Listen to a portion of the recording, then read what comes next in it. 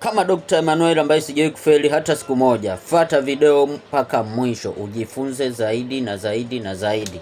Jamani Okay, najua jamani, huu hamna ambaye haujui. Huu mchicha poli. Najua hamna mtu ambaye haujui. Najua mnaionaga sana. Najua mnaionaga sana.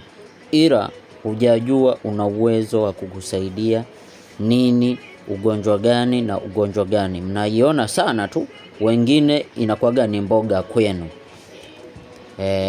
Kwa wale waliozaliwa vijijini tunaelewa hapo, tunaelewana. Wengi mmezoea kuwa ni mboga tu basi, lakini hujui mboga hiyo hiyo kuwa inakusaidia vitu vingi sana. Ambaye mimi ndo ninayekufundisha, mimi ndo unayenifuatilia. Angalia sasa video hii mpaka mwisho uweze kufaidi, upate faida nyingi sana kupitia mmea huu. Jamani, huu ni mchicha poli. Wale mliouzoea, ni mmea mzuri sana kwa wewe haswa ambao unasumbuliwa na pressure ya kutupiwa, ya kurogezewa. Unajikuta kila ukienda kupima unaumwa pressure. Yaani wewe ni wa pressure tu. Wewe ni wa pressure tu.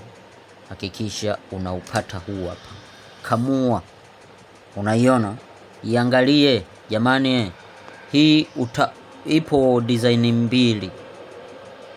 Ipo hii, ipo na ile ambayo unaikuta ina kama miba. Ukikutana na hii ni sawa, ukikutana na ile yenye miba pia ni sawa. Zote ziko sawa kwenye matibabu. Sasa usifeli, naomba usifeli. Huwa sijawahi kufeli hata siku moja kukufundisha, na bado sichoki. Utakachokifanya sasa, wewe ambaye una hilo tatizo, saga juisi yake. Saga juisi yake. Usichemshe kwamba uchemshe sijui nini, hapana. Wewe saga juisi yake, tumia kuwa unakunywa. Ukisha saga juisi yake, chuja vizuri, kunywa.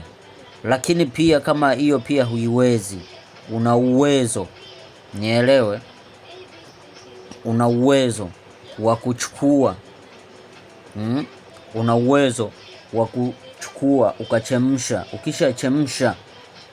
Ukishachemsha ukaichuja, ule mchuzi usiweke chochote, utumie kunywa.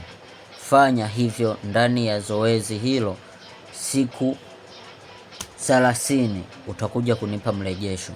Kabla ya siku 30, ukishaanza tu kutumia, utanipa mrejesho mzuri sana.